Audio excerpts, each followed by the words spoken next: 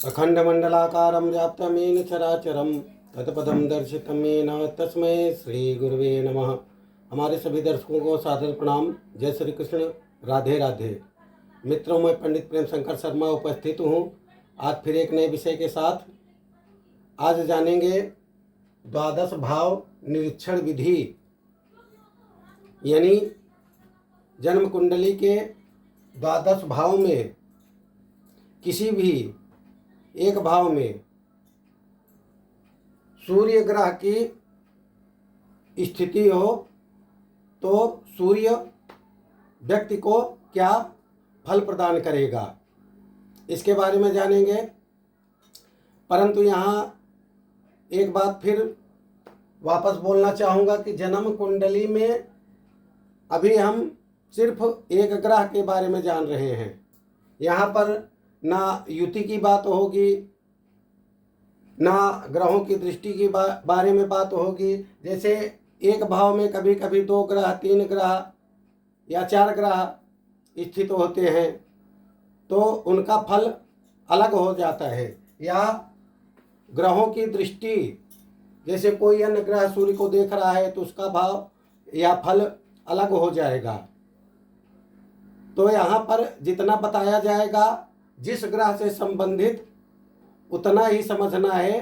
परंतु ये तो निश्चित है कि जो यहाँ पे कहा गया है सूर्य द्वादश भाव में 12 भाव में से किस भाव में स्थित होगा तो क्या फल प्रदान करेगा व्यक्ति को, ये तो निश्चित है।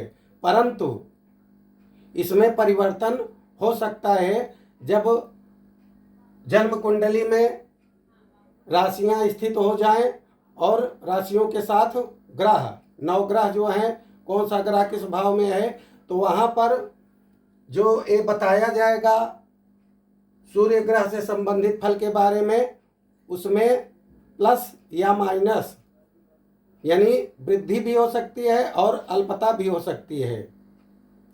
और दूसरी बात, कहीं पर कुछ शब्दों का जिक्र हुआ है जो शब्द कहने या सुनने में अलग किस्म का लगता है, तो उसको ऐसा न लेते हुए, शब्दों पर विचार न करते हुए, बातों बातों में आप देखते होंगे कहीं पर 2 मित्र आपस में बात कर रहे हैं तो ऐसी बात जो है बोल देते हैं। परंतु जो बताया गया है, ये जब किसी भी ग्रह की दशा या अंतरदशा प्रारंभ होगी तो उसमें वो अपना फल प्रदान करेगा, कुछ न कुछ अंश अवश्य प्रदान करेगा। परंतु ये मत समझे कि व्यक्ति की कुंडली में जो अभी बता रहे हैं ये हमेशा के लिए जीवन भर ऐसा ही होगा, ऐसा नहीं है। दशा और अंतरदशा जब परिवर्तित होते हैं तो उनके साथ फलों में भी वृद्धि और न्यूनता होती है। आशा करता हूं कि हमारे द्वारा बताई गई जानकारी आपके समझ में आ रही होगी। तो बात करते हैं, सूर्य ग्रह जब जन्म कुंडली के प्रथम भाव में हो तो व्यक्ति को क्या फल प्रदान करेगा। कहा गया है कि सूर्य जब जन्म कुंडली के प्रथम भाव या लग्न भाव में हो तो व्यक्ति बालावस्था में रोगी, नेत्र पीड़ा युक्त, नीच का सेवक, गृह सुख व भाग्यहीन, विकल शरीर व संतानहीन होता है। बात करते हैं अगले भाव की। सूर्य ग्रह जब जन्म कुंडली के द्वितीय भाव में हो, यानी धन भाव में हो, तो जातक को या व्यक्ति को क्या फल प्रदान करेगा, तो व्यक्ति कुटुंबहीन, कृश तन, दरिद्र, लाल नेत्र, कुत्सित केश वाला, लोहा व तांबे के व्यापार से धन पाने वाला तथा गृह सुख से हीन होता है। कब? जब व्यक्ति के जन्म कुंडली में सूर्य द्वितीय भाव में हो। इसके आगे जब सूर्य ग्रह जन्म कुंडली के तृतीय भाव में हो तो व्यक्ति को क्या फल प्रदान करेगा? भातृसुखहीन, मित्रहितैषी, स्त्री पुत्र से सुखी, धनवान, धैर्यवान, सभी प्रकार के धन युक्त तथा चतुर नारियों का प्रेमी कहा गया है। इसी प्रकार जब सूर्य ग्रह कुंडली में चतुर्थ भाव यानी सुख भाव में हो तो व्यक्ति को क्या फल प्रदान करेगा? सभी प्रकार के मनुष्यों से प्रेम करने वाला, कोमल हृदय, गीत वाद्य आज्ञा प्रेमी अर्थात संगीत प्रेमी, सदैव युद्ध विजयी यानी युद्ध में विजय प्राप्त करने वाला, धन स्त्री सुखयुक्त तथा राजा का प्रिय होता है। कब? जब सूर्य जन्म कुंडली के चतुर्थ भाव में हो। और यदि सूर्य व्यक्ति के जन्म कुंडली में पंचम भाव में हो यानी सुत भाव में हो तो क्या फल देगा? बालावस्था में दुखी, धनहीन, युवावस्था में भी रोग से पीड़ित, एक पुत्र उत्पन्न करने वाला, दूसरे के घर में रहने वाला, कहने का तात्पर्य अपने घर से दूर, चंचल बुद्धि, कुकर्मी और दुष्ट प्रवृत्ति का होता है व्यक्ति। कब? जब जन्म कुंडली के पंचम भाव में सूर्य की स्थिति हो। इसी तरह जब सूर्य की स्थिति व्यक्ति के जन्म कुंडली में षष्ठम भाव में हो तो व्यक्ति को क्या फल प्रदान करेगा? व्यक्ति जो है ऐसा व्यक्ति योगी, मतिमान, स्वपरिजन हितकर्ता, स्वजाति प्रेमी, कृष शरीर, गृहस्थ, धर्मपालक, सुंदर रूप, विलासी, शत्रुजयी यानी शत्रु पर विजय प्राप्त करने वाला, सुकर्म से पूजित, अच्छे कर्मों द्वारा पूजित होने वाला तथा दृढ़ अंग वाला होता है। कब? जब व्यक्ति की कुंडली में सूर्य षष्ठम भाव में हो। इसके आगे कहा गया है जब सूर्य व्यक्ति की कुंडली में सप्तम भाव में हो तो क्या फल प्रदान करता है?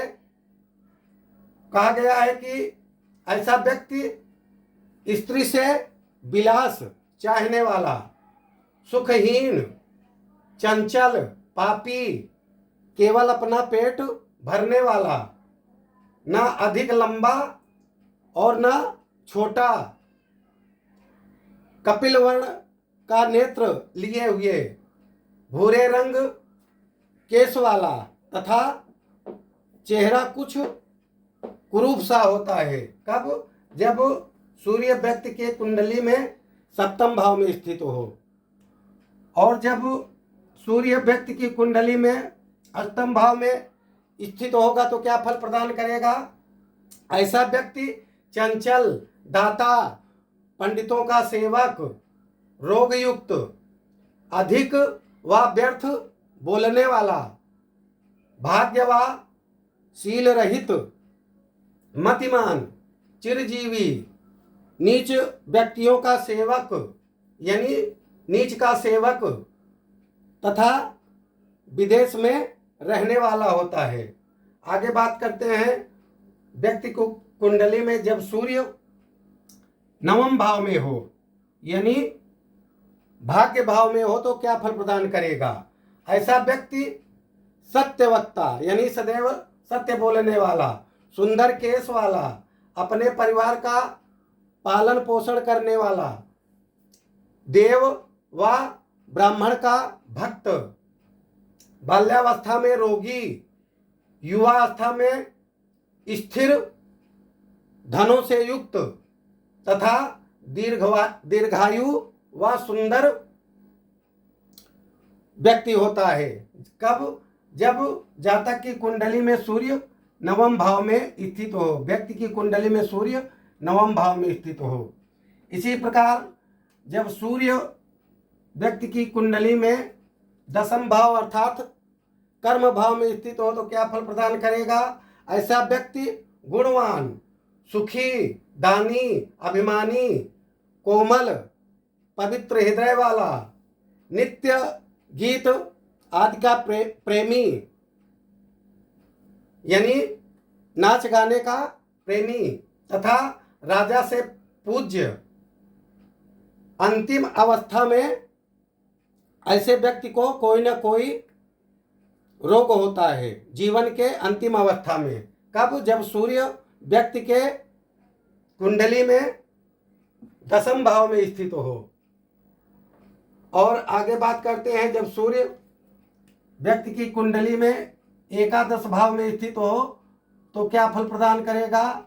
ऐसा व्यक्ति राजसेवक, भोग रहित, गुणी, कृशदेह, धनवान, स्त्री का प्रेमी, चंचल मूर्ति और जाति को आनंद देने वाला, अपनी स्वजाति को आनंद देने वाला होता है।